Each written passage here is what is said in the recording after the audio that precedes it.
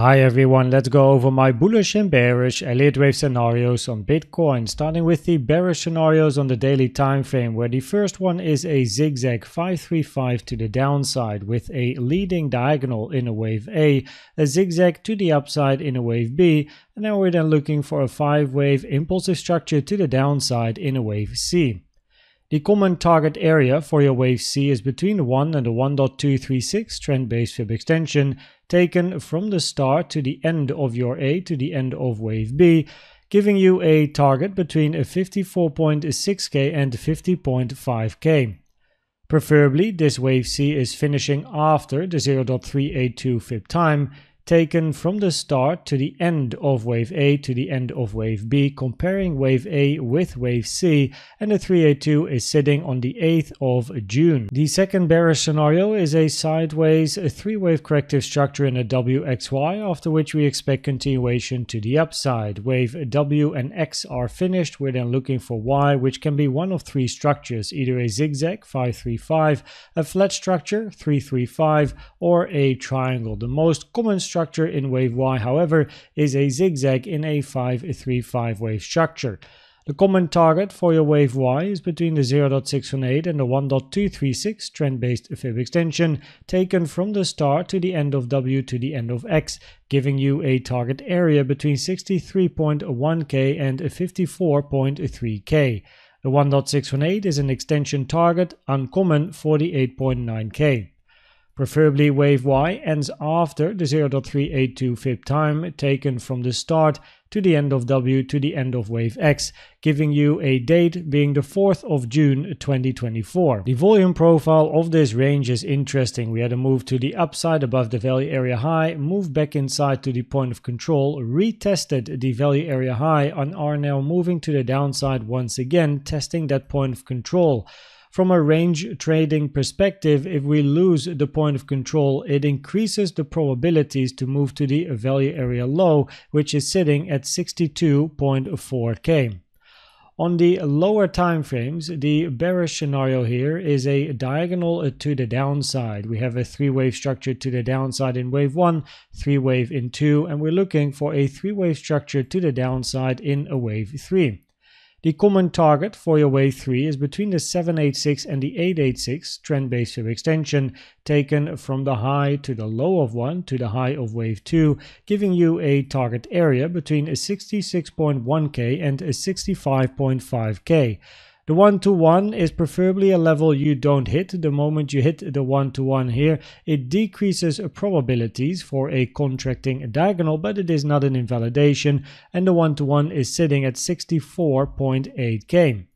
After wave 3, we're then looking for a 3-wave zigzag family structure to the upside in wave 4, and then a final move to the downside in a wave 5. The diagonal in this case would then be a higher degree wave A or 1, looking for a retracement in B or 2, and then a wave C or a wave 3 to lower prices.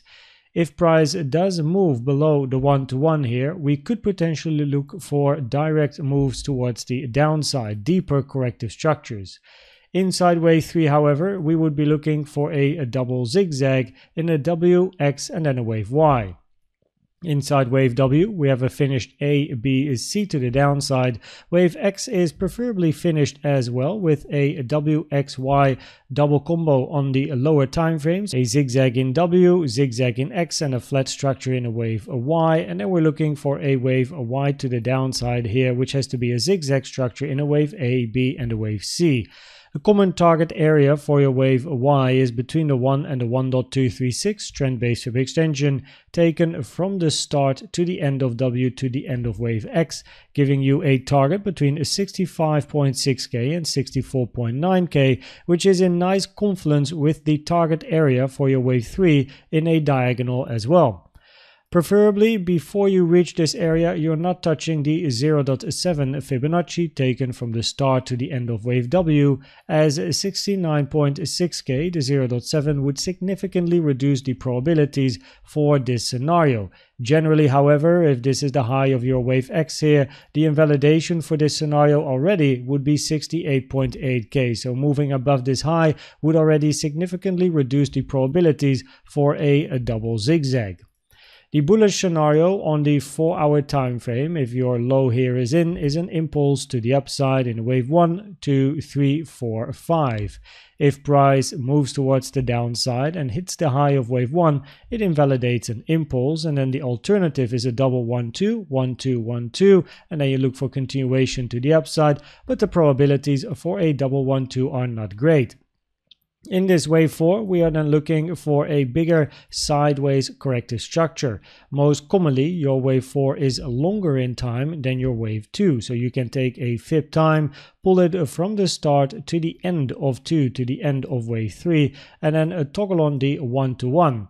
The low on the chart over here is made before the 1-to-1, so preferably with regards to your wave 4, this is not the end of your wave 4, and this is only a first structure of a bigger 3-wave corrective move, after which you then continue towards the upside to finish wave 5. Inside wave 4, we are then looking for a bigger sideways corrective structure in a WXY, after which we then expect continuation to the upside. Inside wave W, we have a zigzag, wave A, B, and then a wave C to the downside. Inside wave X, we're looking for a complex structure, a zigzag in W, a flat in wave X, and then preferably another flat structure inside wave Y, where we see wave Y moving into the target area over here, the common target area for a wave Y, which is taken from the low to the high of W to the end of your wave X here, giving you a target between 69.2K and 71.3K. An expanding flat is the most common flat pattern, so preferably in wave Y, we are then looking for a wave A, a wave B, and then a wave C. Most common target for wave B in an expanding flat is the 1.236 to the 1.38 Fibonacci, taken from the low to the high of your wave A. And it so happens that it is in perfect confluence with the 886 at 66.6K. After wave X, we are then looking for a wave Y to the downside. Because wave W is already a zigzag in an ABC, wave Y cannot be a zigzag structure and can only be a flat in an ABC like this, or a potential triangle. However, a flat structure in wave Y is more common than a triangle structure. An important detail on the chart here is the 1.618, because inside wave X we are then looking for a flat structure in a 3-wave A, a 3-wave B, and a 5-wave C.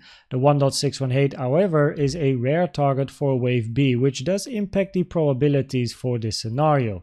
If we then finally look at the CVD divergences locally, then we had some bullish CVD divergences here, higher low in price, lower low on the CVD. Price moved towards the upside, took out the high, bullish CVD divergences played out, and what you can see over here, price retracing to the downside, creating some bearish CVDs, lower highs on price, higher highs on yellow as well as on blue here. Also, these have now played out, and currently price is moving to the upside. Look at the yellow CVD, that is quite interesting indeed. I don't really like to use this too much, so preferably looking for another range over here locally after a new local low has been made. So if we then look at the probabilities of the different scenarios, then currently on the 4-hour time frame, the probabilities would be higher for the bearish scenarios compared to the bullish scenario, meaning that the diagonal to the downside would have a higher probability at the moment compared to a sideways WXY, and that is because locally here so far we haven't really seen any signs of strength.